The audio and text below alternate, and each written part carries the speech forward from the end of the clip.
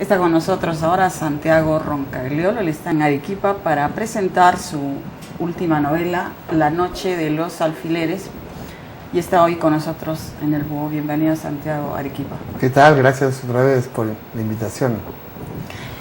Te habrán preguntado mucho sobre qué significa o qué es para ti la literatura. Quisiera preguntarte, ¿cómo la relacionas tú con la realidad? ¿Cumple alguna función social la literatura? Bueno, yo creo que cuando escribes una historia de ficción, haces como si tomases un espejo de la realidad y le dices un martillazo. Sabes que se hacen esquirlas por todo el espejo y reorganizases esas esquirlas para darles un sentido, para tratar de darles de mostrar la realidad bajo otro punto de vista, ¿no? De cambiar la realidad y enseñarla de un modo diferente. Y eso siempre al lector le hace pensar, le hace mirar las cosas desde otro punto de vista y por lo tanto ampliar su horizonte, ampliar sus miras, enriquecer su mirada sobre el mundo. Y en ese sentido, sí, la literatura nos ayuda, nos saca del mundo, pero nos devuelve al mundo mejor equipados para entenderlo. Yo creo que amplía nuestra capacidad de procesarlo, de comprenderlo, de analizarlo, ¿no? Lo que nunca he pensado es que la literatura debe tener una especie de moraleja o que cuando leas un libro debes sacar un mensaje o un panfleto político o saber por quién votar, ¿no? No funciona así. Creo que la literatura te hace pensar porque te genera preguntas, no porque te da las respuestas. El señor que te da las respuestas generalmente es el que hace los discursos políticos, no el novelista. Justamente hay quienes dicen que todo arte tiene que tener un compromiso, ¿no? Hay quienes creen en eso, en la literatura como una herramienta para el cambio social. ¿Cuál es la frontera entre la literatura, ¿no es cierto?, como arte puro y de repente el activismo o lo que puede hacer socialmente el periodismo? Tú que haces ambas cosas, ¿cómo las distingues? Bueno, yo lo que creo es que el activista subordina todo a un cambio social, a una demanda social, lo cual es legítimo.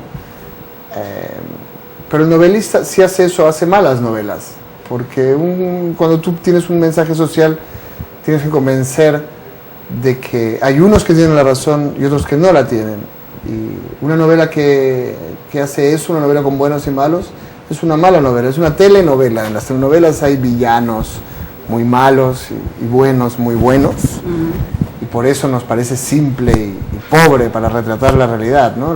La novela debe construir la complejidad de lo real. Nos enseña que una buena novela le da armas para defenderse a todos sus personajes y por eso nos hace interrogarnos sobre ellos, interrogarnos sobre las motivaciones humanas y cuestionarnos nuestras propias ideas, ¿no? Una buena novela siempre desafía lo que piensa el lector. Una novela que te confirma que todo lo que tú piensas está bien es pésima. Claro, como que la separación entre el bien y el mal sea distinguible.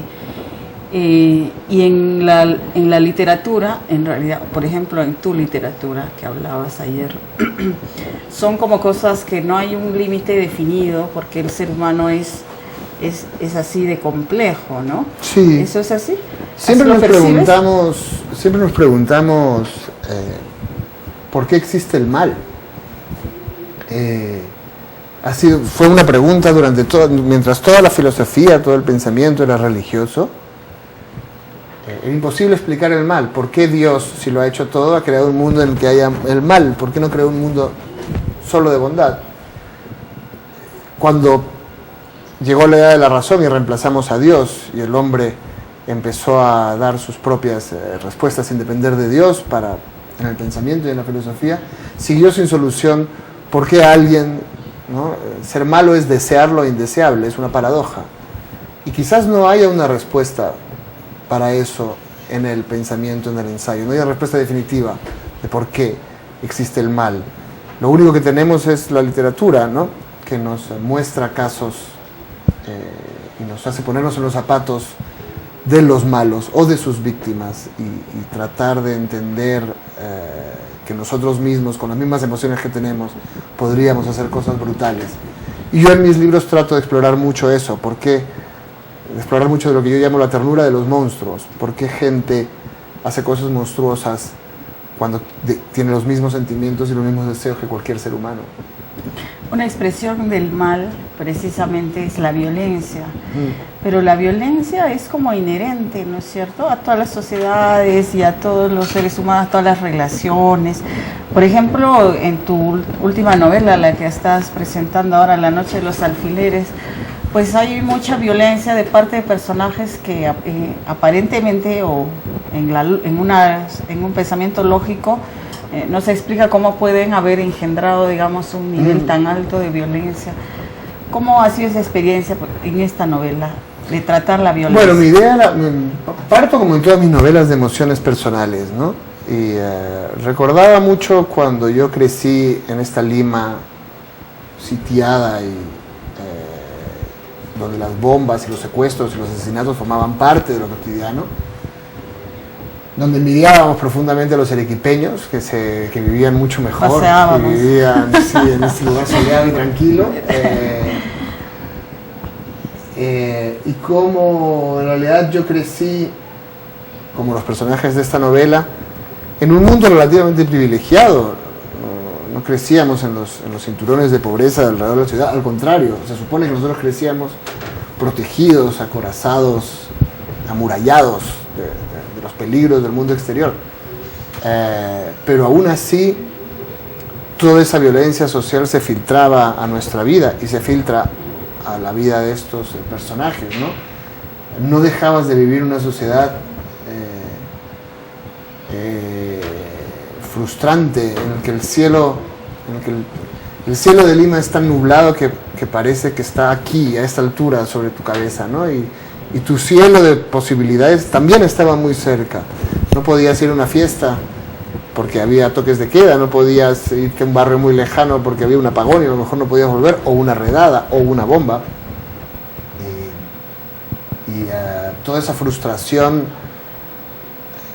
se canalizaba a través del sexo. No sabíamos que uno cuando tiene 15 años no critica el mundo de violencia en el que vive porque no sabe que hay otro.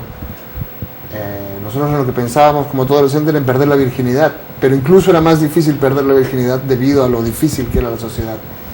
Y entonces esa frustración y esa violencia se canalizaba a través del sexo, que es lo que les ocurre a los personajes de esta novela. Y mucho prejuicio también en la sociedad limeña en la que has crecido tú. O sea, bueno, la otra característica, aparte de en la peruana, ¿cierto? Claro, crecimos en una sociedad de clases, ¿no? Muy separadas, que además no se podían ver precisamente porque se tenían miedo mutuo. Y, por ejemplo, con el tiempo me he dado cuenta de que nuestro concepto de que una chica fuese guapa tenía que ver con que fuese rica. Nuestros colegios preferidos eran los caros, claro. Los colegios caros tenían más prestigio, aunque la chica no fuese especialmente bonita ni lista, y que fuese bruta y sin ninguna gracia, nos parecía más atractiva una chica del colegio caro que del otro colegio. Creo que en nuestros prejuicios de clases también se mezclaba, y esto se ha sentido mucho en la literatura peruana, al no haber mujeres, las reemplazábamos con los prejuicios bíblicos sobre las mujeres. En el Nuevo Testamento solo hay dos tipos de mujeres, vírgenes y putas, ¿no? Son las dos que hay. Y mezclado esto con nuestros prejuicios de clase, había mujeres para casarte y mujeres para acostarte con ellas. Y no eran las mismas. La literatura peruana, Bryce lo ha hecho mucho, Ribeiro también ha hablado mucho de esta gente que se tiene que casar con unas mujeres, pero que en realidad solamente disfruta acostándose con otras. Y los roles no pueden cambiar. Y eso ocurría mucho en donde nosotros crecimos, ¿no? Crecíamos obligados a querer a unas mujeres, acostarnos con otras, pero a fin de cuentas no tener a ninguna, porque mujeres era justo lo que no teníamos, ¿no? ¿El Perú de hoy ha superado eso o aún no? Hoy en día a mí se me acercan, cuando estoy haciendo firmas de libros en el Perú, chicos a pedirme que firme el libro para su novio y chicas a pedirme que firme un libro para su novia. Eso en el Perú, en el que yo me fui hace 10 años, era impensable. Nadie venía a exponerse de esa manera frente a un desconocido, ¿no? Yo creo que las mujeres han ido ganando mucho terreno en el Perú. De hecho, ha habido políticas muy bien valoradas en este país, mucho más que en otros. Verónica, Lourdes, Keiko, de diferentes ideologías. Las mujeres de estos años sí, siempre han tenido fama de ser mejores gestoras que los hombres. Sendero era un grupo particularmente controlado por mujeres, y en los últimos años las mujeres tienen un lugar cada vez más importante en la administración.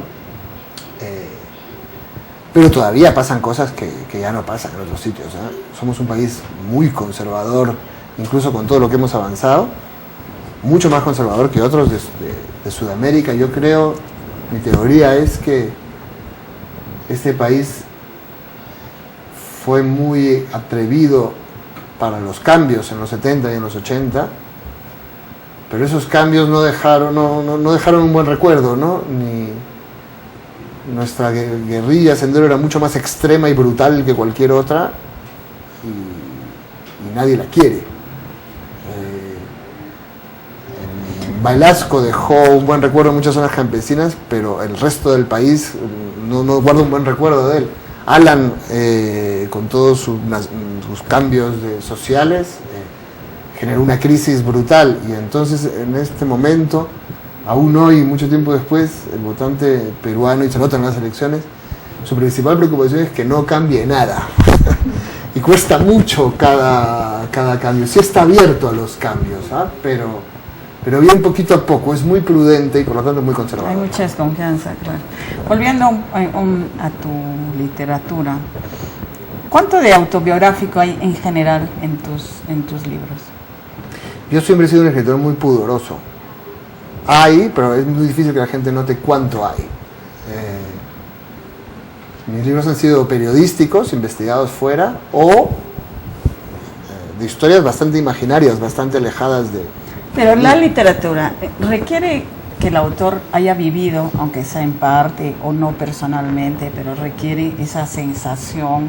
Yo creo que requiere que haya sentido. Autores como Emilio Salgari nunca salieron de su pueblo italiano, pero hicieron estas historias de aventuras maravillosas de piratas y corsarios que viajaban por todo el mundo. Porque la información la puedes conseguir, pero lo importante es que seas capaz tú de sentir las cosas que quieres que el lector sienta. Yo recién en esta novela empiezo a explorar recuerdos más personales de una manera más explícita, vinculados a mi adolescencia y al Lima en que crecí. Creo que porque soy un cuarentón y un padre de familia, y cuando llegas a los 40, por primera vez es posible estadísticamente que tengas más cosas a tus espaldas que por delante, y entonces miras para atrás, miras lo que te ha pasado, miras qué cosas has vivido y cómo has llegado a donde estás, y eso empieza a impregnar la literatura también, ¿no? Empiezo a usar mucho más mis experiencias personales que antes. Y para escribir sobre el Perú, ¿hay que conocerlo? ¿Es posible conocer el Perú, un país tan complejo? Muchos escritores, digamos, se guían de prejuicios y eso es lo que pone. Ajá. Yo creo que todo país tiene miles de caras, ¿no? Lo importante es ser honesto con la que tú conoces. Estoy seguro de que un autor como Bryce nunca fue muy cercano al campesinado peruano, pero con todo lo que él conocía, estas clases pitucas, decadentes, y con esas clases muy lejanas a la mayoría de los peruanos, igual hizo un retrato sobre el poder en el Perú y sobre las clases dominantes, un retrato lleno de sarcasmo además, pero también de ternura, que a un peruano que viva en que sea campesino o que vive en la selva, también le explica muchas cosas de su país, también le cuenta muchas cosas de su país. Igual que Arguedas escribió cosas que seguramente no tienen nada que ver con la vida de los personajes de Bryce, pero que si la gente de esas clases sociales lee a Arguedas, también descubre parte de sí mismo y parte de su país, ¿no? Yo no creo que ningún autor sea Dios y conozca todos los estamentos sociales y todas las cosas. Creo que cada uno cuenta lo que conoce, y si es honesto, esto ya le sirve a los demás peruanos para también conocer una parte de su país, que es un país muy complejo y que nunca se agota y que nadie puede agotar. Bueno, ¿qué esperamos de Santiago Roncagliolo después de La noche de los alfileres?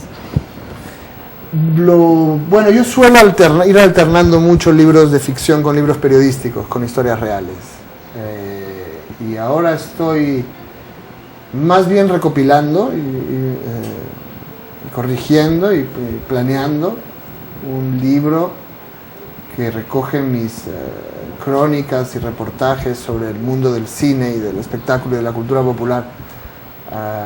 Muchos escritores desprecian la cultura popular y yo siempre la defiendo y la reivindico, y mis libros beben mucho del thriller y del cine y de la música, porque forma parte de la cultura con la que yo crecí, y ahora me he dado cuenta de que a lo largo de los años he estado escribiendo en El País de España y en la revista Vanity Fair muchas crónicas sobre David Bowie, sobre Marlon Brando, sobre todos esos artistas que nos hicieron soñar, y estoy pensando en un libro con ellas. Bueno, muy bien, muchas gracias por estar con nosotros. Gracias una vez más a ustedes.